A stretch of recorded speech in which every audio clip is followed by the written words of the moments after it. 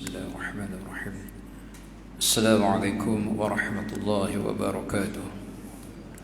الحمد لله نحمده ونستعينه ونستغفره ونعوذ بالله من شرور أنفسنا ومن سيئات أعمالنا. من يهده الله فلا مضل له ومن يضلل فلا هادي له. أشهد أن لا إله إلا الله وأشهد أن محمدا عبده ورسوله. يا أيها الذين آمنوا اتقوا الله ولتنظر نفس ما قدمت لغد واتقوا الله إن الله خبير بما تعملون. صدق الله العظيم. Yang dimuliakan Tuan Imam, Tuan Pengerusi, Jawatan Kuasa Masjid, Muslimin Muslimat, tuan perempuan yang saya muliakan, alhamdulillah, sedar tak sedar malam ni kita berada di malam yang ke-15. Bukan baru malam yang ke-15, sudah malam yang ke-15. Kita tanya diri kita, bagaimana dengan puasa kita selama 14 hari ini? Harap-harap kita tidak termasuk di dalam golongan yang Nabi SAW bagi tahu betapa ramai orang yang berpuasa, tetapi yang dia dapat daripada puasa tidak lain dan tidak bukan ilal ju' wal 'atash, melainkan lapar dan dahaga sahaja. Tuan-tuan, sesungguhnya nikmat Ramadan ini terlalu mahal harganya. Hanya orang yang mengetahui, hanya orang yang mengaji, dia akan rasa betapa bernilainya setiap saat, minit dan jam-jam di Ramadan ni, kerana nilainya tidak sama dengan di luar daripada Ramadan. Tuan-tuan pegang Quran, tuan-tuan baca satu muka surat, Masya Allah, nilainya digandakan 70 sehingga 700, sehingga kadang tak tahu. Tuan-tuan lepas duit dalam tabung RM10, nilainya bukan RM10, tetapi digandakan menjadi darab 70, darab 700 mungkin, sehinggalah kadang-kadang tak tahu berapa gandaan yang sangat hebat di Ramadan ini. Sebab itulah sahabat-sahabat Nabi SAW, mereka sangat-sangat merindui, mengharapkan setiap bulan adalah bulan-bulan Ramadan. Tetapi orang Melayu kita kadang-kadang, Allah cepatlah pilah Ramadan ni, susah sungguh kan. Kadang-kadang pakai helmet, kena bawa plastik hitam apa nak motong beli si kandang apa kan. Tuan-tuan, malam ni sikit je saya nak kongsi sikit tentang satu hadis yang Nabi SAW memberitahu kepada kita beberapa amalan yang mudah-mudahan insya-Allah memasukkan kita ke dalam syurga Allah insya-Allah. Kadang-kadang amalan ni kita rasa macam tak seronok nak buat, rasa macam orang putih kita dry, rasa macam tak ada tarikan, kadang-kadang kerana kita beramal tanpa ilmu. Nak bagi kita rasa seronok, tuan-tuan, seboleh mungkin kita tahu kita buat ni apa yang Nabi SAW sebut tentang amalan kita. Contoh nak berebut saf yang di hadapan kan, betul bila kena panggil mai-mai duduk depan kan. Kalaulah kita mengaji, kalaulah kita tahu bagaimana hadis sahih riwayat Imam Bukhari dan Muslim, 5 perkara yang kalaulah manusia tahu, nescaya mereka akan berebut kan. Di antara salah satunya berebut duduk di saf yang hadapan. Baik, hadis ni yang diriwayatkan oleh Imam At-Tirmidzi, hadisnya hasan sahih, kuat ini daripada An Abdullah bin Salam radhiyallahu anhu, daripada Abdullah bin Salam radhiyallahu anhu. Abdullah bin Salam ni siapa? Abdullah bin Salam ni dia pendeta rahib Yahudi.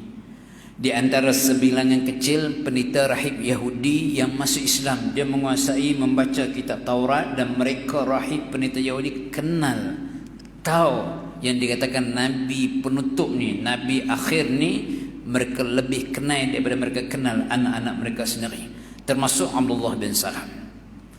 Abdullah bin Salam ni akhirnya masuk Islam, dan hebat dia, Nabi sebut apa? Dia di antara ahli syurga. Subhanallah. Kata Abdullah bin Salam radhiyallahu anhu, di hari Nabi sampai, Nabi hijrah, waktu tu manusia mengerumuni Nabi SAW di Madinah, bercahaya di Madinah, jalan-jalan keluar wanita, kanak-kanak, orang tua-tua seronok nak sambut Nabi SAW. Tuan-tuan, Allahu Akbar.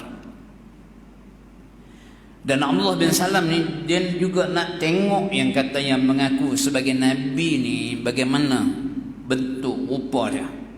Maka kata Abdullah bin Salam, aku menghampiri nabi, orang duk rumah nabi, sehingga akhirnya aku dapat menatap melihat wajah Rasulullah sallallahu alaihi wasallam. Tuan-tuan, Nabi sallallahu alaihi wasallam handsome kan? Nabi kaca kan? Kita baca di dalam Syama'il Muhammadiyah bagaimana bentuk fizikal Nabi sallallahu alaihi wasallam. Di antaranya apa? Dada dengan perut Nabi separas kan? Tuan-tuan tak payah tahan nafas lah kan? Kita dada cantik dah, perut sikit up kan? Nabi sallallahu alaihi wasallam handsome, kaca. Kata Abdullah bin Salam, bila aku menatap wajah Nabi sallallahu alaihi wasallam, pertama sekali aku melihat tidak ada wajah, tidak ada muka seorang pembohong, seorang kaki kelentong. Dan kemudian kata Abdullah bin Salam, sami'tu Rasulullah sallallahu alaihi wasallam, aku mendengar Rasulullah sallallahu alaihi wasallam yaqul, Nabi menyebut, ayyuhan nas, wahai manusia, afshus salam, sebarkan salam, wa at'imut ta'am, bagi orang makan, wasilul arham, sambung silaturahim, wa sallu bil laili wan nasu niyam, bangkit malam di waktu orang lain sedang tidur. Bukan bangkit malam tengok gambar Hindustan, tak, bangkit malam sembahyang. Dan Nabi tutup hadis ni, Nabi kata apa? Tadkhulul jannata bisalam, nescaya kamu akan memasuki syurga bisalam, dengan sejahtera. 4 amalan tuan-tuan yang Nabi sebut dalam hadis ni. Malam ni saya nak kempen untuk diri saya secara khususnya di dalam bulan Ramadan. Sangat mudah kita nak buat amalan yang Nabi sebut ni. Rupa-rupanya merupakan tiket ke syurga Allah. Baru kita seronok kita beramal kan tuan-tuan. Pertama apa? Nabi sebut afsyus salam, sebarkan salam. Jadikan kita orang yang mudah, bibir kita ni mudah bagi salam ke orang. Walaupun sebelum ni kita rasa macam tak ada apa, lepas ni kita kena berebut tuan-tuan. Rupanya orang yang rajin bagi salam, mudah-mudahan dia akan masuk dalam syurga bisalam, dengan sejahtera. Kena bayar duit tak tuan-tuan nak bagi salam? Tak kena. Bagi salam, orang kenal ke tak kenal, kita bagi salam. Itu pertama yang Nabi sebut. Mudah-mudahan kita akan dimasukkan ke dalam syurga bisalam. Latih di rumah kita, anak-anak kita nak masuk dalam rumah mesti kena bagi salam. Dia masuk rumah tak bagi salam, suruh keluar balik. Bagi salam, latih. Dan kita pun memang jumpa orang, Assalamualaikum, Assalamualaikum. Kerana pahala benda yang tak perlu bayar walaupun 5 sen. Itu pertama. Yang kedua kata Nabi SAW, yang juga kita boleh buat dalam bulan Ramadan ni, apa dia? Wa at'imut ta'am, bagi orang makan. Tuan-tuan, bulan Ramadan ni saya nak kempen untuk tuan-tuan dan juga diri saya. Jangan berlalu 30 hari Ramadan tanpa sekali pun kita bagi orang buka puasa. Sangat rugi orang yang melepaskan peluang ni. Kenapa? Kerana Nabi sebut dalam hadis yang lain, apabila kita bagi makan kepada orang yang berbuka puasa, orang yang buka puasa tu dapat pahala banyak mana? Banyak tu juga kita dapat tanpa dikurangi walaupun sedikit. Hari ni kita dah dapat WhatsApp macam-macam kan, iftar. Tuan-tuan, jangan sekali-sekali Ramadan berlalu tanpa kita bagi orang buka puasa, kerana pahalanya sangat hebat. Juga kita boleh tengok jiran-jiran kita yang susah dan sebagainya kan, adik-beradik kita yang susah, cari peluang untuk bagi orang makan. Ini termasuk dalam kategori sedekah. Sama jugalah tuan-tuan, dalam bulan Ramadan ni jangan kita lepaskan tiap-tiap malam Ramadan kita nak mengejar Lailatul Qadar. Jangan terlepas walaupun satu malam lepas duit dalam tabung masjid kurang-kurang RM2. Tu kira tahap kedekut dah tu. Pada happy pasal Ramadan tuan-tuan, ada bawa RM2? Tak ada kan. Pergi supermarket tak bawa RM16.05 tak bawa tuan. kan, menggelan azah kan, main masjid bawa RM2 kan, cantiknya bagi banyak sikit kan? Sebab sedekah dalam bulan Ramadan RM1-nya nilainya digandakan 70 sehingga digandakan 700 seperti kita sebut tadi tuan-tuan, bagi orang makan tiket ke syurga Allah. Yang ketiganya kata Nabi SAW, satu lagi tiket untuk kita dimasukkan ke syurga, wasilul arham, sambung silaturahim. Ini saya nak tekan sungguh-sungguh. Jangan kita berada dalam bulan Ramadan, jangan kita sedang berpuasa pulun tarawih, tiba-tiba di waktu yang sama ada orang yang kita tak bertegur sapa ataupun kita putus silaturahim. Bukan benda melawak tuan-tuan. Kerana dalam hadis yang lain yang diriwayatkan oleh Imam Bukhari dan Muslim, Nabi SAW sebut apa? La yadkhulul jannah, tidak masuk syurga qati', orang yang putus silaturahim. Dalam hadis sahih yang lain yang diriwayatkan oleh Ibnu Majah, Nabi sebut ada 3 golongan manusia yang solatnya tidak terangkat walaupun sejengkal di atas kepala. Dia solat, Masya Allah, orang kenal dia kaki masjid, Masya Allah, tetapi rupanya Allah tak terima solat dia. Salah satunya siapa? 2 orang bersaudara yang saling mendiamkan, maksudnya tidak tegur siapa. Dan hadis yang lain yang sahih juga, Allah kata kepada 2 orang yang tidak bertegur siapa ni, tahan dulu amalan dia, jangan terima sehingga mereka sambungkan. Tengok-tengok tuan-tuan, tak dan sambung meninggal. Kalaulah malam esok, malam pertama kita di alam kubur, tengok-tengok kita ni ada 3 orang yang kita tak bertegur siapa, dengan pak nakan, adik, abang, sepupu, dengan jiran, 6 bulan dah tak bercakap. Pasal kes apa? Kes pakai kereta kan? Kes kucing pergi berak kan? Orang Melayu kita sangat mudah. Aku sorry lah, aku tak, memang tak tegur lah. Atas dunia ni kita boleh sombong lah. Duduk dalam kubur waktu tu, tengok-tengok tuan-tuan, Allah rupanya akaun solat kita kosong. Rupanya solat kita Allah tak terima. Salah satu puncanya kenapa? Kerana putus silaturahim. Kita duk puasa bercantiknya, tiba-tiba Nabi abang, la yadkhulul jannah, tidak masuk syurga qati', orang yang putus silaturahim, pulun, hambat, laitu qadar. Tengok-tengok rupanya kita benda basic, benda asas. Apa dia? Putus silaturahim. Tolong tuan-tuan, saya nak kempen sungguh-sungguh untuk diri saya dan juga untuk tuan-tuan yang saya muliakan. Siapa-siapa yang ada dalam masjid ni saat ni, dia ada orang yang dia putus silaturahim, kalau boleh malam ni selesaikan juga. Kerana kita tak tahu esok kita hidup ataupun rupa-rupanya malam ni malam terakhir kita datang ke masjid ni. Tambah-tambah dengan COVID ni kan, hari ni pun lorong saya ada seorang kena positif orang tua kan, meninggal kan. Tapi saya tak pergi jumpa lah kan, memang tak jumpa pun kan, kita pun sibuk kan. Tuan-tuan, kematian boleh menjemput kita anytime. Jangan kita rasa ish, kalau aku pergi jumpa jatuh maruah aku. Tak ada tuan-tuan. Orang yang sambung silaturahim ni darjatnya sangat hebat.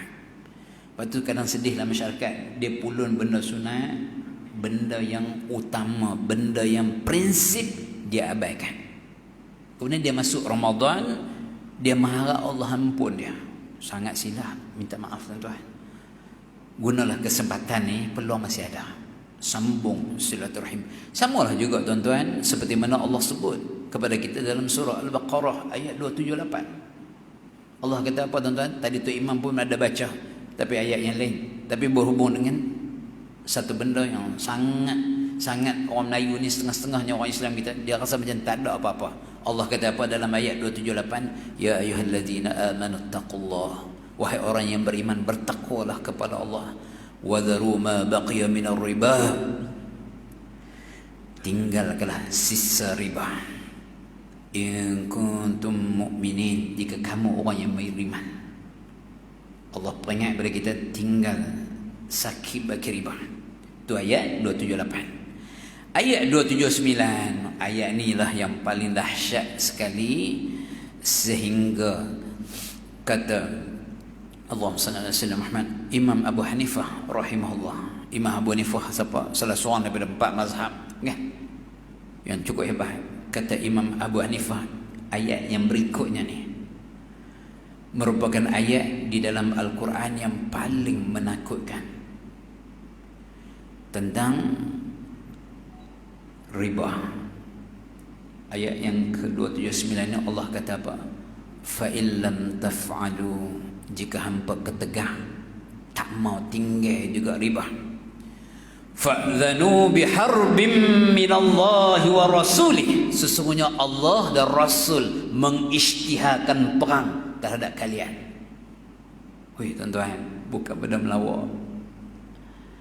Kata Abdullah bin Abbas radhiyallahu anhu ketika mana menafsirkan ayat yang kita baca tadi, akan dikatakan kepada pemakan riba di hari kiamat, ambillah senjata kamu untuk berperang dengan Allah. Tuan-tuan, kerja apa ni? Berperang dengan Allah. Okey, kita cek diri kita. Kita ada tak terlibat dengan riba ni? Tapi sebelum tu, beberapa hadis yang Nabi SAW sebut, di antaranya hadis riwayat Ibnu Majah, Imam Al-Hakim, yang mana hadis ini sahih menurut syarat-syarat Bukhari dan Muslim. Nabi sebut riba mempunyai 73 pintu, dan pintu yang paling ringan dosanya, dosa riba yang paling ringan ialah seperti lelaki berzina dengan ibu dia sendiri. Kalau perempuan, seperti berzina dengan ayah dia sendiri. Dan dalam hadis yang lain yang diriwayatkan oleh Imam Ahmad, Nabi sebut 1 dirham riba yang dimakan oleh seorang lelaki dalam keadaan dia mengetahuinya lebih buruk daripada dia berzina sebanyak 36 kali. Nak apa tuan-tuan? Dosa riba lagi dahsyat daripada dosa berzina. Baik, nak tanya, kita ni masih bergelumang tak dengan riba? Nak tanya soalan simple dia. Semua kita ada motor, semua kita ada kereta. Insurans motor kereta, ambil insurans apa? Takaful ke hak konvensional? Oh Ustaz, takaful mahal Ustaz, konvensional murah sikit. Terlibat lagi dengan riba. Kemudian kita masuk dalam bulan Ramadan, kita harap Allah ampun kita. Rupa-rupanya Allah dan Rasul isytihar perang. Tu tak kira lagi hak niaga pinjam ke alung, tu tak kira lagi ambil loan kereta, hak konvensional, beli rumah, fixed deposit, life insurance dan sebagainya. Sedangkan kita ada alternatif yang lain, tuan-tuan. Hatta kadang-kadang yang menyedihkan, orang yang main masjid dia naik motor tu, tengok-tengok motor tu, insurans dia insurans yang, minta maaf tuan-tuan, konvensional. Maknanya dia masih lagi bergelumang dengan riba. Apa makna bergelumang dengan riba? Ayat yang kita baca tadi dalam surah Al-Baqarah ayat 29, Allah dan Rasul isytihar perang terhadap kita, tuan-tuan. Bukan benda melawak.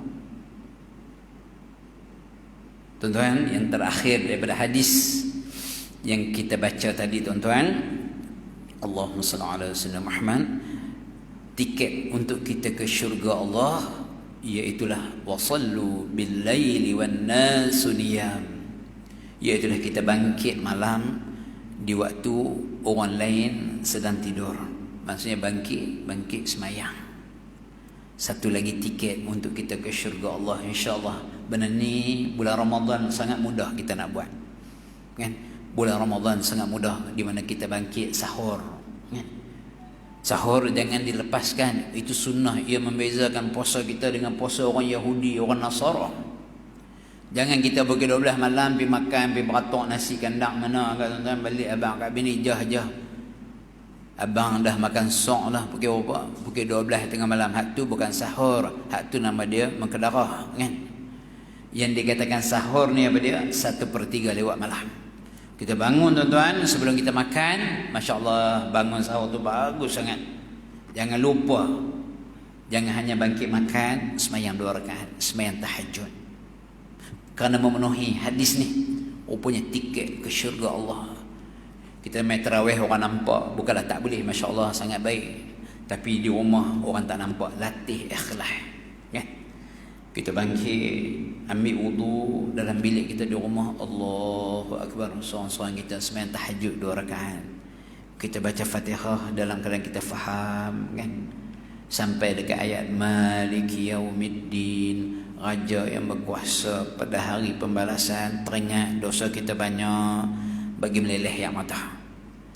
Nak rebut satu lagi hadis yang lain, hadis riwayat Imam Bukhari dan Muslim, Nabi Ahmad di antara 7 golongan manusia yang akan mendapat naungan di hari yang tidak ada naungan melainkan naungan Allah. Siapa dia, tuan-tuan? Iaitulah, kata Nabi SAW, pastikan sebelum kita meninggal dunia, tuan-tuan, kita termasuk di antara 7 golongan ini. Salah satunya warajulun, seorang lelaki. Walaupun hadis ni sebut warajulun, lelaki, makcik-makcik, kak-kak juga termasuk, zakarallah khalian fafadat ainah, seorang lelaki yang dia duduk dalam keadaan sunyi-sunyian, dia berzikir, dia teringat Allah, takut dia dengan Allah, duduk dalam keadaan orang tak nampak, seorang-seorang dia, lalu meleleh air mata dia, bercucuran air mata dia kerana takut kepada Allah. Masya Allah, tuan-tuan, bulan Ramadan kita boleh buat ketika mana kita bangun sahur, seorang-seorang kita, kan, kita rebut hadis ni, tuan-tuan. Pastikan kita termasuk di dalam salah satu daripada 7 golongan. Saya sebut satu je malam ni. Salah satu daripada 7 golongan yang akan mendapat naungan di hari yang tidak ada naungan. Bayangkan kita berdiri di padang mahsyar, payung apa pun tak ada, tuan-tuan. Di waktu Nabi Habang ada manusia yang peluh sampai buku lali, sampai lutut, sampai pinggang, sampai hidung. Malahan Nabi isyarat ada manusia yang peluh dia melebihi daripada hidung. Bayangkan tiba-tiba waktu tu kita termasuk di dalam salah satu daripada 7 golongan manusia yang akan mendapat naungan daripada naungan Allah di hari tidak ada naungan melainkan naungan Allah. Iaitulah orang yang duduk dalam keadaan sunyi-sunyian, orang tak nampak.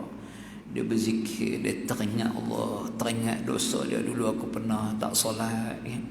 Teringat tu meleleh yang mata dia. Dia teringat dia ada mak dulu. Masa mak dia hidup dulu, dia buat tahana kat mak dia, dia buat lebih kurang berapa kali orang tua tu meleleh yang mata, kecil hati dengan kita. Hari ni mak kita tu tak ada dah, kan? Teringat ayah ada dulu, benci ke ayah meluat. Hari ni bila ayah dah tak ada, amboi dalam grup family, dalam WhatsApp family masing-masing hamba rindu dekat ayah.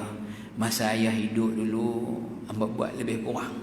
Siapa-siapa yang mak ayah dia masih hidup, ingat Allah sedang membuka pintu syurga kepada dia. Nabi mengaminkan doa Jibril apabila Jibril berkata, celakalah, binasalah mereka yang ada ibu dan ayah, ataupun dia ada ibu saja ataupun dia ada ayah saja, tetapi ibu dan ayah tidak menyebabkan dia dimasukkan ke dalam syurga. Sangat rugi siapa-siapa yang masih ada mak, masih ada ayah, dia tidak berbakti. Kalau lama dah kita tak telefon mak, balik lagi malam ni telefon mak, telefon ayah, bagi duit, kan, dapat gaji, tuan-tuan. Mak dan ayah lah nombor 1, kan. Mudah-mudahan insya-Allah, tuan-tuan, sedikit sebanyak pada malam ini hadis yang kita sebut tadi yang diriwayatkan oleh Imam At-Tirmidzi di antara amalan yang merupakan tiket untuk kita dimasukkan ke dalam syurga, walaupun kita rasa benda tu macam kecil. Tuan-tuan, kadang-kadang amalan yang kita jangan rasa kecil. Seperti mana hadis sahih juga riwayat Imam Bukhari juga, seorang wanita pelacur yang tengok anjing yang sangat dahaga yang menjelaikan lidah. Perempuan ni perempuan jalang, tuan-tuan. Dia tengok tu, dia rasa kesian ke anjing tu. Dia pun picit doa, ayah bagi anjing tu minum. Kata Nabi, Allah ampun dosa dia, dia dimasukkan ke dalam syurga. Sebab tu rebutlah, kan? Rebut dalam keadaan kita faham, dalam keadaan kita ada ilmu, kita akan rasa sonok amalan yang kita buat, insya-Allah. 4 benda: sebarkan salam, bagi orang makan, sambung silaturahim, dan yang keempatnya, kita bangkit malam solat di waktu orang lain sedang tidur. Mudah-mudahan insya-Allah kita akan dimasukkan ke dalam syurga bisalam, kata Nabi sallallahu alaihi wasallam. Jadi setakat itu ya tuan-tuan, saya minta ampun, minta maaf banyak-banyak terkasar bahasa dan sebagainya. Wallahu a'lam. Assalamualaikum warahmatullahi wabarakatuh.